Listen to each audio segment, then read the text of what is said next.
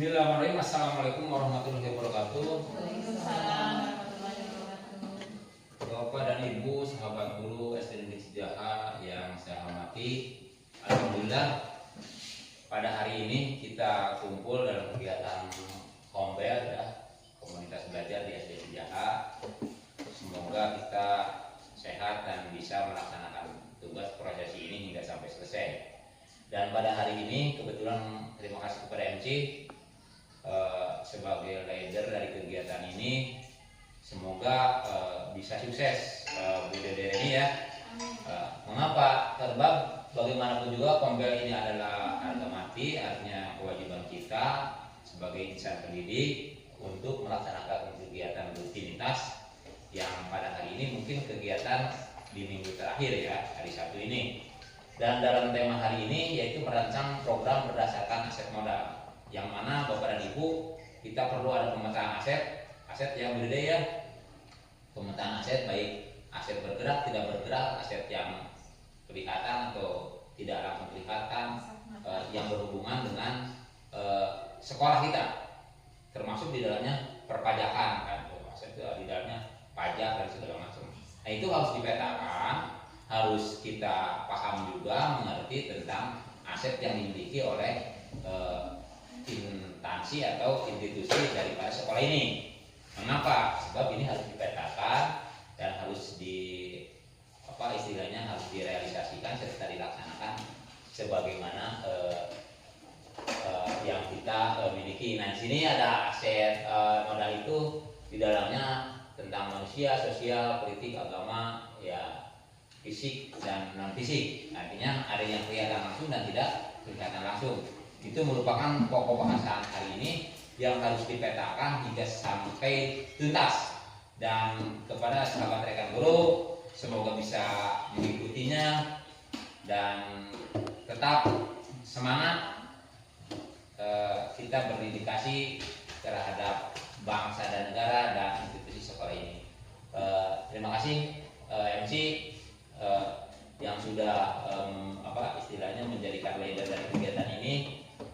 Kami tetap berjuang untuk sekolah ini yang lebih baik dan lebih maju lagi, terutama untuk diri Bapak dan Ibu, keluarga, dan pada umumnya untuk sekolah dan pada umumnya untuk bangsa dan negara. Terima kasih.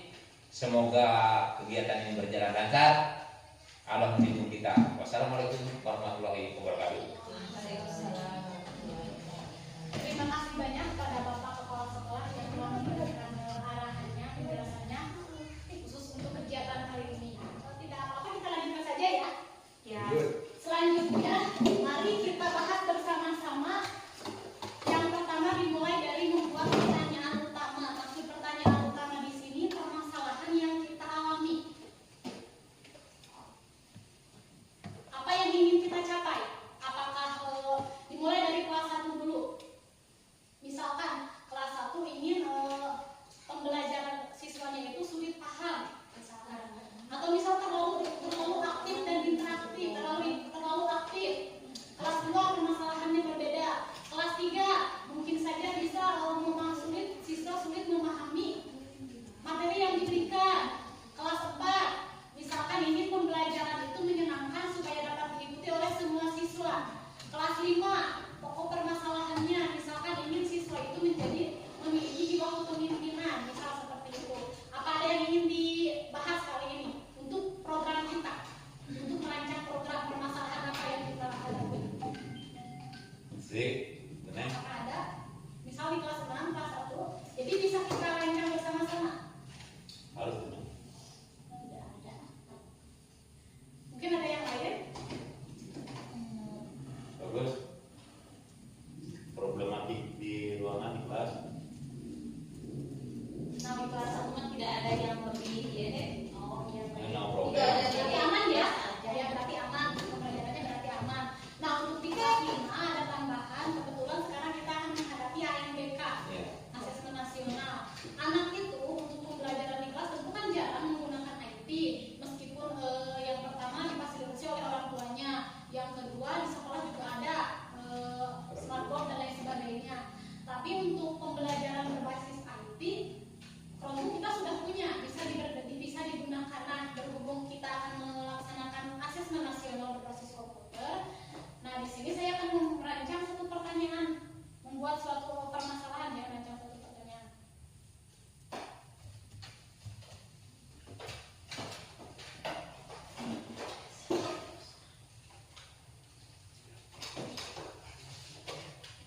Peserta rapat yang budiman menunggu dulu ya.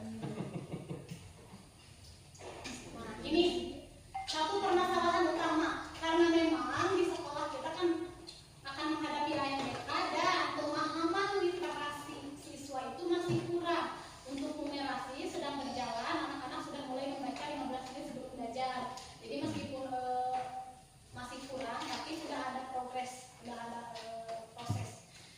Bagaimana cara meningkatkan literasi dan numerasi murid? Apakah ada pertanyaan lain? Selain dari ini, mungkin ada masukan dari yang lain?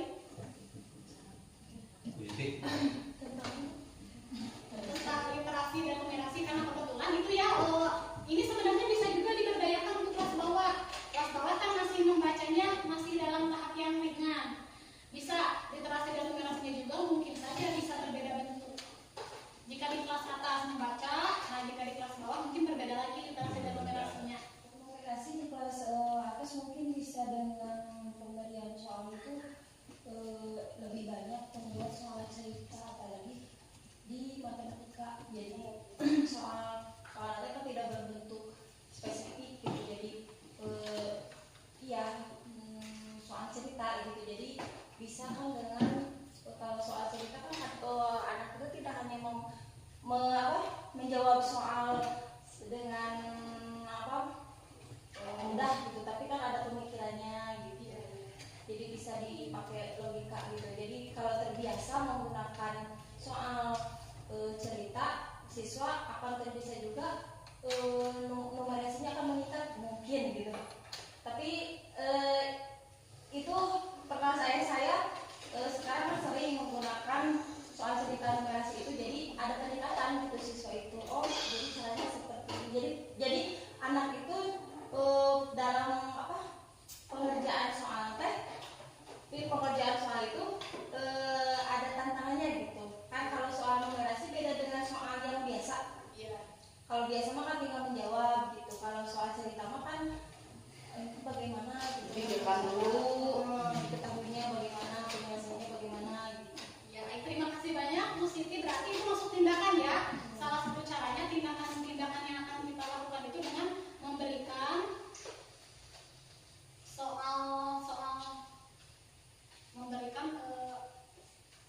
soal cerita ya. Bisa digabungkan dengan cerita kehidupan sehari-hari kan lebih mudah lagi kalau soal ceritanya seperti itu.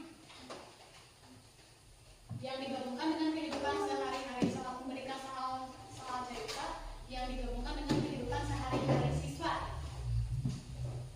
atau murid.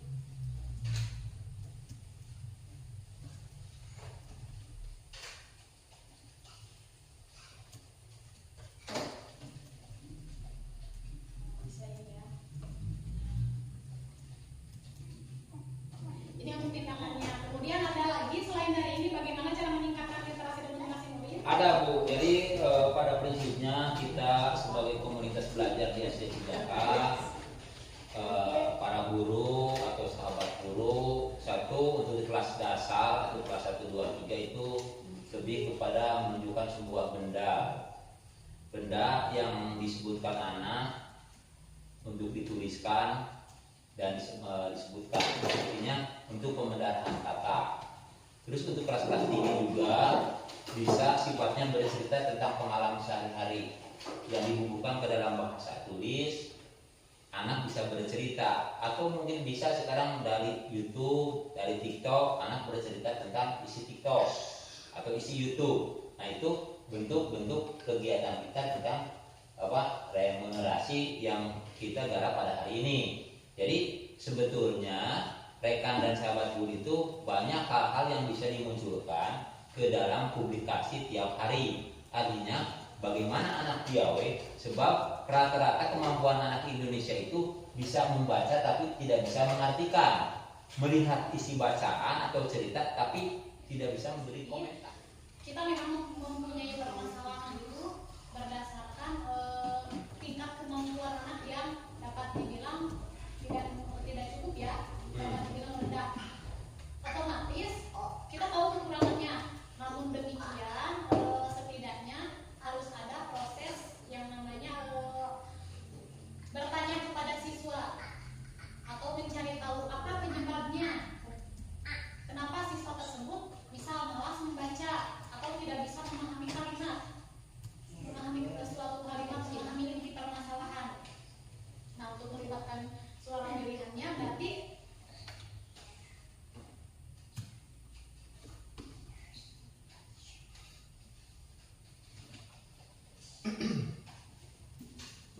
yang pertama sekarang kita sedang berdiskusi.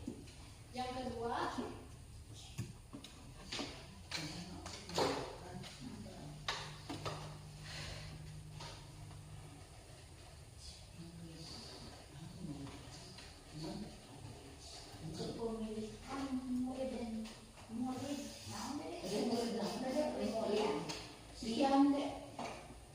yang mana Ibu? Yang sedang dibahas Rencana untuk melibatkan suara pilihan atau kepemilikan muridnya dan berdaya. Melakukan komunikasi terbuka dengan murid, jadi nanti kita bisa menanyakan kepada murid-murid apa alasannya sulit membaca. Bisa saja mungkin faktornya bukan internal tapi eksternal, di rumah misalkan tidak ada yang membantu.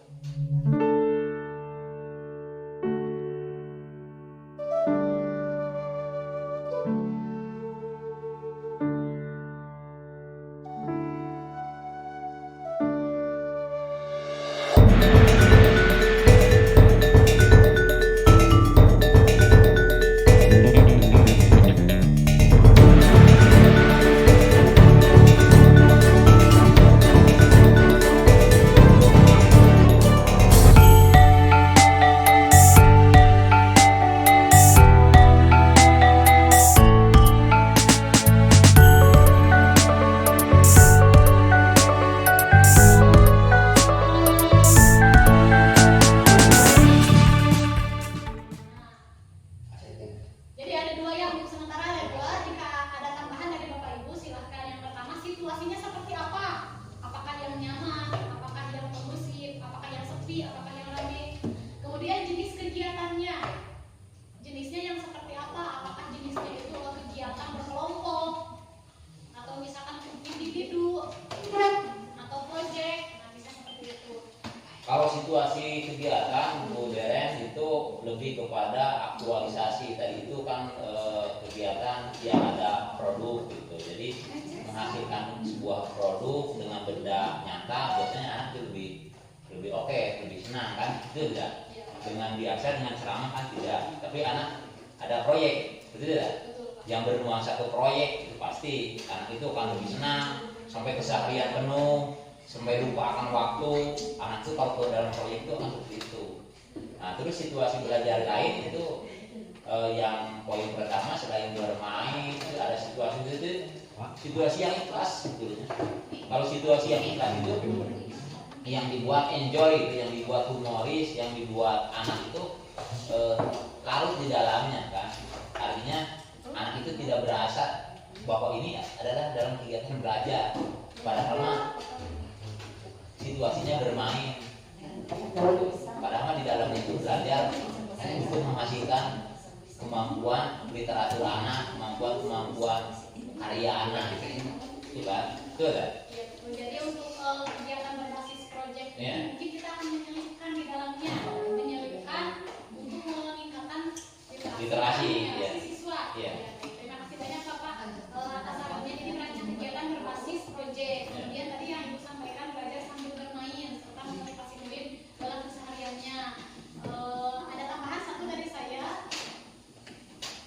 membuat lingkungan kelas yang nyaman. Berarti kita nanti harus menanyakan ya kepada murid. Iya. Seperti apa yang nyaman bagi mereka? Karena saya dulu ingat waktu SD di halaman itu banyak tumbuhan hijau. Ditata sedemikian rupa karena memang Di pinggir? saat itu, ya betul. pengalaman. di pinggir, di depan. Ya. Lahannya kan luas. Ya. Jadi di depan itu ada malah saat menginjak musim semi, musim hujan. musim hujan, ada kupu-kupu ya, kalau ada kupu-kupu yang hinggap kan terlihat asri, terlihat segar, terlihat sejuk, itu sangat mempengaruhi mood dalam belajar. Itu yang saya rasakan. Pasti. Mungkin sangat berbeda ya Pak dengan anak-anak sekarang juga. Pasti. Harus ada suasana belajar yang menyenangkan untuk mereka. Jadi membuat lingkungan kelas yang nyaman, baik lingkungan kelas ataupun lingkungan kelas ataupun Lingkungan luar kelas, baik di lingkungan dalam kelas ataupun di lingkungan luar kelas, buat nyaman. anak-anak, kita kan punya pojok baca ya, tapi pojok bacanya belum efektif. Nah, sekarang ibu tanya, kira-kira pojok baca yang bisa meningkatkan minat kalian dalam membaca ini seperti apa sih? Yang bagaimana?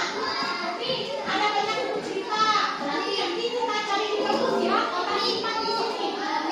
Cerita, komik. Kalian pernah buat komik kan ya? Nah, bisa kita kumpulkan.